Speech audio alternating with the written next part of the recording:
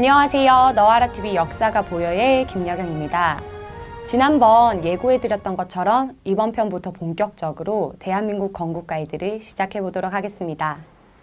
얼마 전 문재인 대통령이 대한민국 건국일을 부정했는데요. 그는 대한민국이 건국된 1948년 8월 15일이 아니라 상해 임시정부가 수립된 1919년 4월 13일을 건국일로 봐야 한다는 어이없는 궤변을 펼쳤습니다.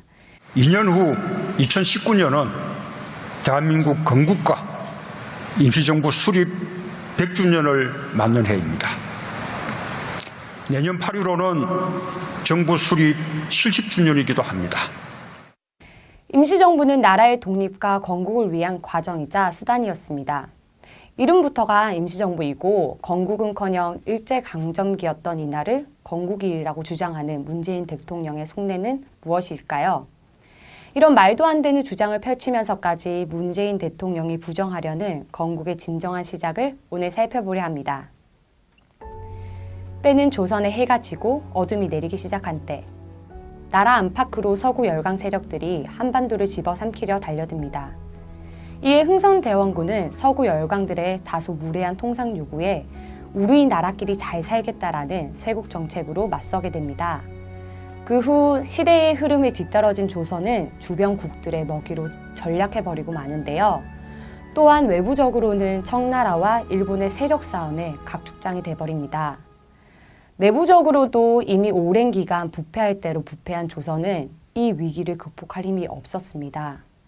특정 권세자들에 의해 세도 정치가 자행되고 있었고 관직을 돈을 주고 사고 파는 매간 매직이 성행하여 인재를 등용하는 과거 제도는 그 의미를 잃어버렸습니다. 관리들은 백성들을 수탈하는 데에만 혈안이 되어 있었는데요. 과도한 세금은 물론 농번기에도 백성들을 경복궁 재건 사업에 동원해 강제 노역을 시켰다고 하니 그야말로 헬조선이었습니다. 해가 중천에 떠 있을 때는 빛의 소중함을 모릅니다. 해가 지고 어둠이 찾아온 후에야 비로소 빛의 소중함을 깨닫게 되죠. 이렇듯 이런 비참한 현실 속에서 백성들은 새로운 해가 떠올라 세상이 뒤집어지고 새로운 세상이 오기를 몹시도 기다렸을 겁니다. 이러한 백성들의 바람들을 실천으로 옮긴 사람들이 있는데요. 바로 동학도들과 개화파입니다. 양반들의 지나친 착취에 견디지 못한 농민들은 동학 지도자인 전봉준의 지휘 아래 농민 봉기를 일으킵니다. 또한 양반과 중인들로 구성된 개화파들은 문호를 개방하여 서양의 발전된 문물을 수용하고 평등한 근대 사회를 만들어야 한다는 주장을 하며 사회개혁을 추진합니다. 구성원도, 바람도, 방식도 달랐지만 새로운 세상의 도래를 꿈꿨다는 점에서는 같습니다. 이 무렵 조선에는 크게 세 차례에 걸쳐 가보개혁이 추진되는데요. 행정조직 개편, 차별 등의 악습 철폐, 과거제 폐지 등이 골자를 이룹니다. 그런데 과거제 폐지는 입신양면을 꿈꾸던 많은 유생들에게 청천벽력과도 같은 소식이었습니다.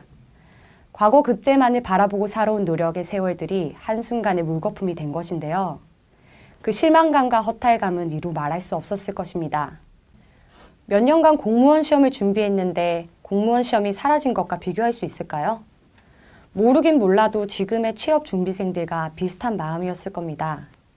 게다가 정부는 청나라와 일본에 속수무책으로 끌려다니고 있으니 청년들은 더 이상 한반도에서 희망을 찾기 힘들었을 겁니다. 이때 좋은 소식이 들립니다. 선교사가 세운 배제학당이라는 곳이 있는데 고종이 현판을 하사하여 그곳에 가면 출세길이 열린다는 것이었습니다. 그래서 많은 유생들이 배제학당으로 몰려들게 됩니다. 그러나 그 누구보다 뛰어났지만 부정부패로 인해 과거제에 합격하지 못했던 한 청년은 배제학당에 입학하길 거부합니다. 배제학당을 서양 종교의 선전장으로 보았기 때문인데요. 결국 친구의 집요한 설득에 영어나 배워보자는 요량으로 배제학당의 문턱을 넘게 됩니다. 유독 고집이 강했던 이 청년은 훗날 대한민국을 건국한 이승만입니다.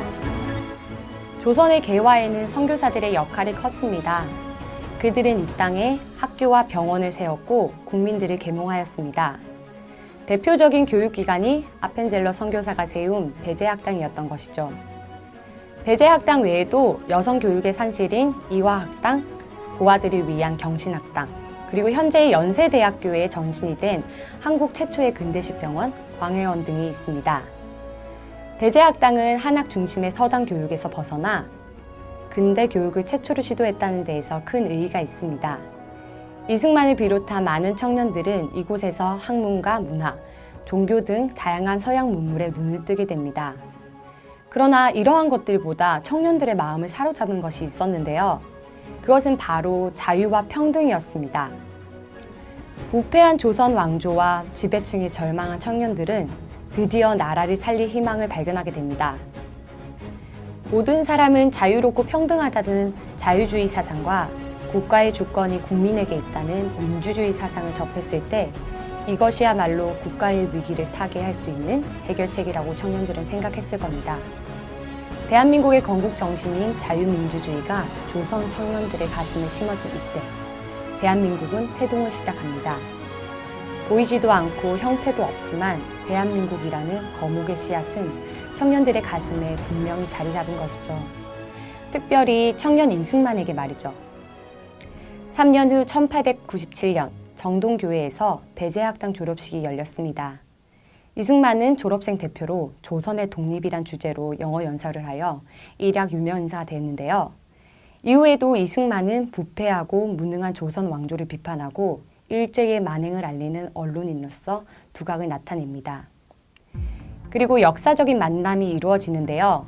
바로 개화파의 거두 서재필과 청년 이승만의 만남입니다. 이승만은 서재필이 결성한 독립협회에 들어가게 되고 그에게 큰 영향을 받습니다. 이후 둘은 많은 활동을 함께하게 되는데 대표적으로 만민공동회를 개최하여 무능한 조선 정부를 비판하고 국권수호와 국정개혁에 대한 의견을 표명합니다. 왕의 명령에 무조건 복종해야 했던 시대에 어린 청년 한 명이 왕을 비판하고 개혁을 외치며 나선 것입니다. 이승만은 학생운동의 시초였던 셈이네요.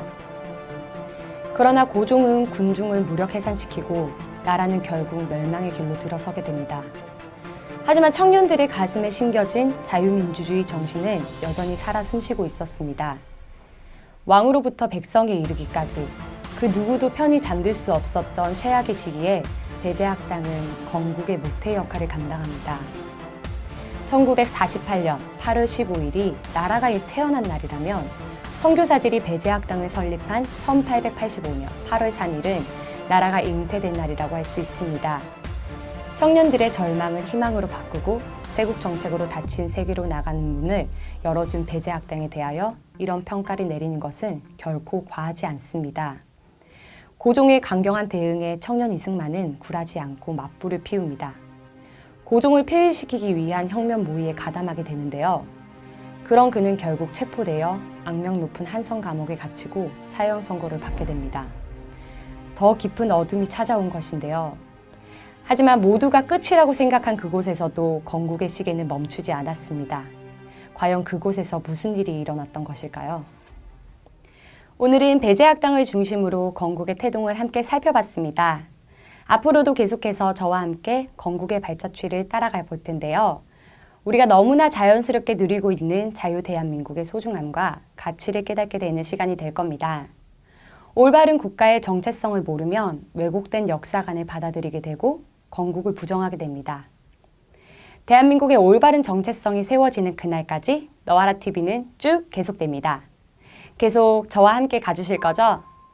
다음 행선지는 한성감옥입니다. 지금까지 너와라TV 역사가 보여의 김여경이었습니다. 감사합니다.